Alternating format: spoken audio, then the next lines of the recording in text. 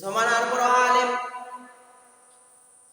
আহমদ ইবনে হাম্বল রাহমাতুল্লাহি আলাইহি একটা হাদিস জানার জন্য সফরের দিকে রওনা করলেন।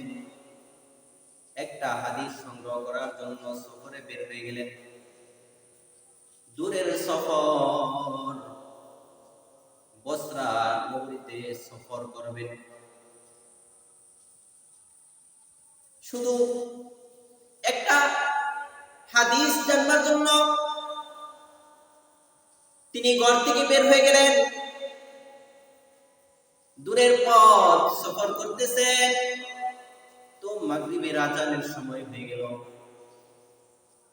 মনে মনে ইরাদা করলেন, ইচ্ছা পোষণ করলেন, রাত্রটা একটা মসজিদে থেকে যাবেন।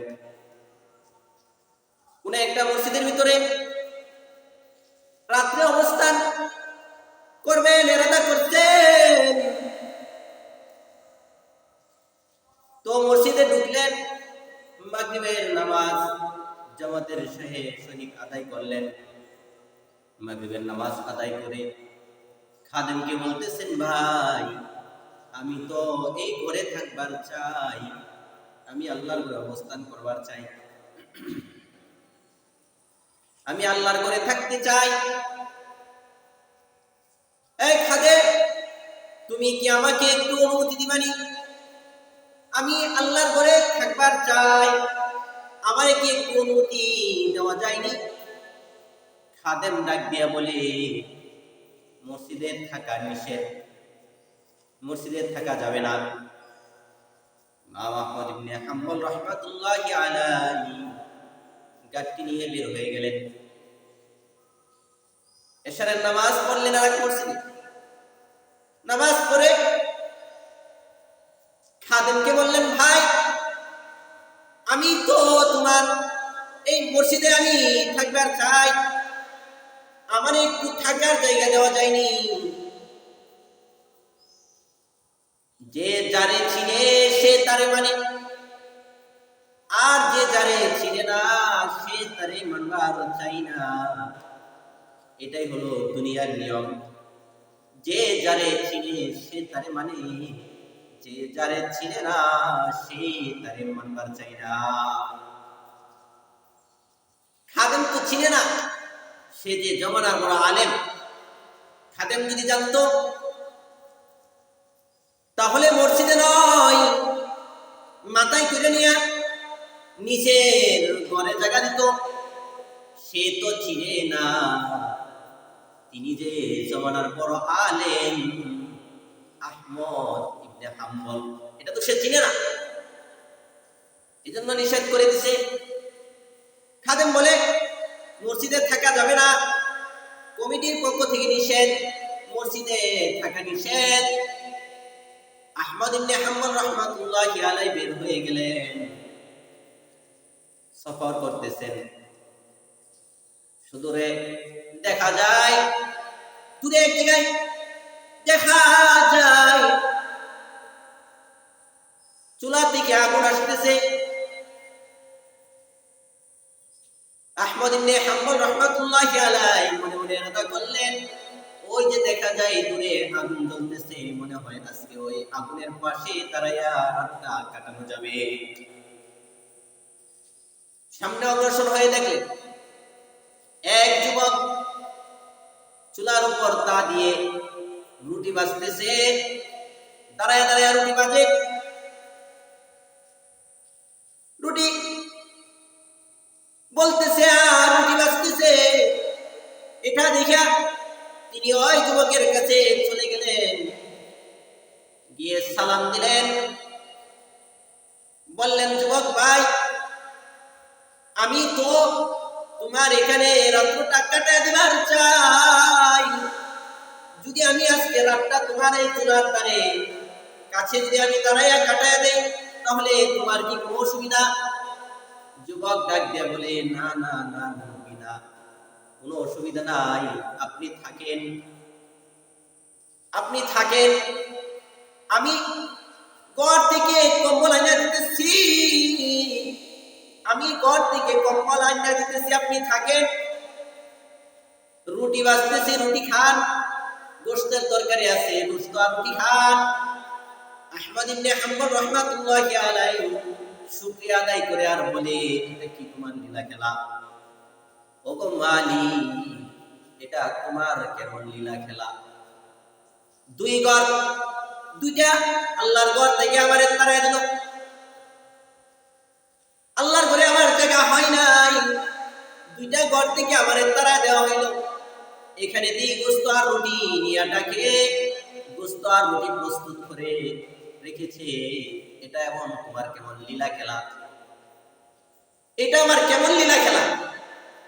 দুই জায়গায় আমার জায়গা হয় নাই, দুই ঘর মসজিদে জায়গা হয় নাই, এখানে আসলাম রুটি আর গোশত নিয়ে বসে আছে। যুবক ডাক দিয়ে বলে, ও মুরব্বি, আপনি এখানে থাকেন, কোনো অসুবিধা নাই। আপনি রুটি আর গোশত খেয়ে শুয়ে থাকেন, আমি ঘর থেকে কম্বল কিনে দিচ্ছি, আপনি এখানে থাকেন, কোনো অসুবিধা নাই। আহমদ ইবনে হাম্বল রাহমাতুল্লাহি আলাইহি শুয়ে পড়লেন, কম্বল মুড়ি দিয়ে শুয়ে পড়লেন। তো আড়াল থেকে তাকায় দেখেন, ওই যুবক রুটি বাজতেছে, রুটি বলতেছে, রুটি বাজতেছে, আর কি যেন একটা শব্দ মুখ থেকে উচ্চারণ করতেছে। আহমদ ইবনে হাম্বল রাহমাতুল্লাহি আলাইহি এটা চোখে দেখে চিন্তা করে দেখলেন, চিন্তা করলেন, দেখি তো যুবককে জিজ্ঞাসা করে, এটা কি, এটা কি এমন আমল করতেছে, কি করতেছে, জিজ্ঞাসা করে দেখি। আহমদ ইবনে হাম্বল রাহমাতুল্লাহি আলাইহি জিজ্ঞাসা করলেন, ও যুবক ভাই, কি পড়ো রে যুবক, কি পড়ো রে যুবক ভাই? ও যুবক, কি পড়ো রে ভাই? যুবক ডাকতে বলে, ইস্তিগফার করি, আস্তাগফিরুল্লাহ, আস্তাগফিরুল্লাহ। আল্লাহ আমাকে মাফ করে দাও, আল্লাহ আমাকে মাফ করে দাও, আমি এই শব্দটা পড়তেছি। আহমদ ইবনে হাম্বল রাহমাতুল্লাহি আলাইহি ডাক দিয়ে বলে, এ যুবক ভাই, এই আমলের মাধ্যমে তুমি কি পাইলা?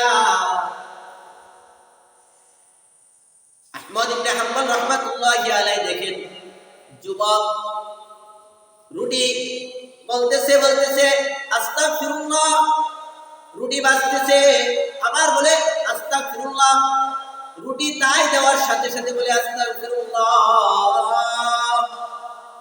রুটি তা থেকে নামানোর সময় বলে আস্তাগফিরুল্লাহ। কাস্টমার আসে, বলে আস্তাগফিরুল্লাহ, কাস্টমার রুটি খায়, বলে আস্তাগফিরুল্লাহ, কাস্টমার টাকা দেয়, বলে আস্তাগফিরুল্লাহ,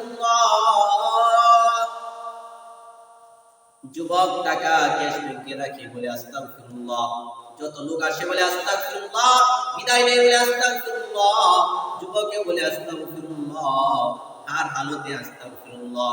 আহমদ ইবনে হাম্বল রাহমাতুল্লাহি আলাইহি ডাক দিয়া বলে, এ যুবক, এই আমলের মাধ্যমে তুমি এমন কি পাইলা রে যুবক?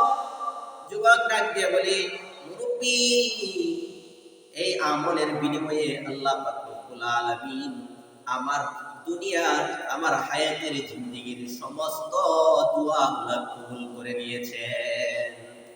সুবহানাল্লাহ। যে এই ইস্তিগফারের মাধ্যমে আল্লাহ পাক রব্বুল আলামিন আমার হায়াতের জিন্দেগীর সমস্ত দোয়া কবুল করে নিয়েছেন, মুস্তাজাবুদ দাওয়া বানায় নিয়েছেন। ইস্তিগফারের ফজিলত কোটি কোটি টাকা দিয়ে যে কাজ হবে না, ইস্তিগফারের মাধ্যমে আল্লাহ পাক রব্বুল আলামিন তা করায় দিবেন। এই জন্য যারা ইস্তিগফারের মাধ্যমে মজা পেয়েছে, ইস্তিগফারের মাধ্যমে যাদের অন্তরে মজা লেগেছে, তারা ইস্তিগফার ছাড়তে প্রস্তুত না, সব সময় ইস্তিগফার করবে।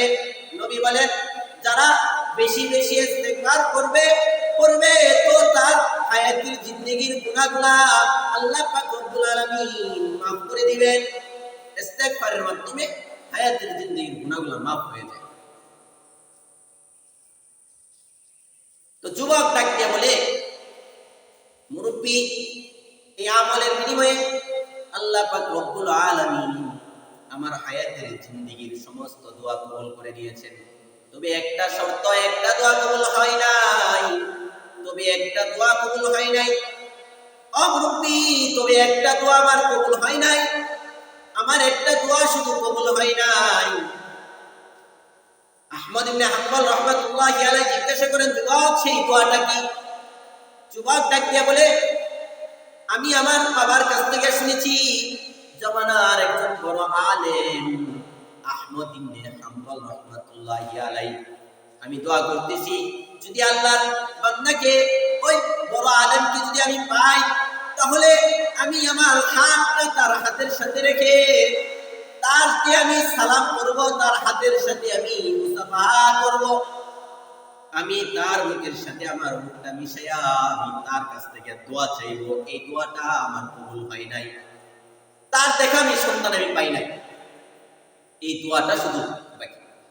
সমানার বড় আলেম আহমদ ইবনে হাম্বল রাহমাতুল্লাহি আলাইহি দুই চোখের পানি ছাইরা দিয়া বলে, এই যুবক, তুমি যে দোয়া করেছো এই দোয়াটা আল্লাহ কবুল করে নিয়েছেন।